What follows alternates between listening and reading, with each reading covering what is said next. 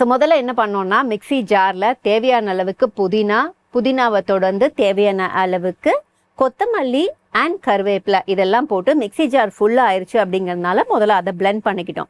Blend பண்ணதுக்கப்புறம் தேவையான அளவுக்கு முந்திரி, அதுக்கப்புறம் காரத்துக்கு பச்சை மிளகாய், இது ரெண்டுத்தையும் ஆட் பண்ணி அதையும் பிளெண்ட் பண்ணிவிட்டு அதுக்கப்புறம் நறுக்கிய வெங்காயம், தக்காளி இதையும் போட்டு நல்லா ஃபைன் பேஸ்ட்டாக மிக்சியில் பிளெண்ட் பண்ணிக்கணும். பிளெண்ட் பண்ணி முடிச்சதுக்கப்புறம் நம்ம க்ளீன் பண்ணி வச்சுருந்த சிக்கன் இருந்துச்சுல்ல, அதை ஒரு பவுலில் ஆட் பண்ணிவிட்டு தேவையான அளவுக்கு உப்பு, இஞ்சி பூண்டு விழுது, இந்த கிரீன் கலர் பேஸ்ட்டையும் ஆட் பண்ணிவிட்டு கூடவே கொஞ்சம் தயிர் அண்ட் லெமன் ஃபியூ ட்ராப்ஸ் இது எல்லாத்தையும் ஆட் பண்ணி நல்லா மிக்ஸ் பண்ணி வச்சிடணும். மிக்ஸ் பண்ணி வச்சதுக்கப்புறம் நம்ம ஒரு கடாயில் தேவையான அளவுக்கு எண்ணெய் விட்டு எண்ணெய் நல்லா சூடானதுக்கப்புறம் கிராம்பு, ஏலக்காய், பட்டை, அன்னாசிப்பூ, பிரிஞ்சி இலை இது எல்லாத்தையும் போட்டு இதெல்லாம் நல்லா பொரிஞ்சதுக்கப்புறம் நம்ம இப்போ மேரினேட் பண்ணி வச்சிருந்த அந்த கிரீன் சிக்கனை அப்படியே போட்டுட்டு சிம்மில் வச்சு ஃபுல் அண்ட் ஃபுல் குக் பண்ணணும்.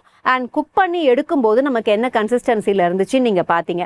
அந்த லெவல் வர வரைக்கும் நம்ம சிம்மில் இல்லைன்னா மீடியம்லேயே வச்சு நீங்கள் குக் பண்ணீங்க அப்படின்னா உங்களுக்கு க்ரீன் சிக்கன் கிடச்சிடும். அதுக்கப்புறம் கார்னிஷ் பண்ணுறதுக்கு கொஞ்சம் கொத்தமல்லி, கொஞ்சம் புதினா இது ரெண்டுத்தையுமே ஃபைனாக சாப் பண்ணி போட்டிருக்கோம்.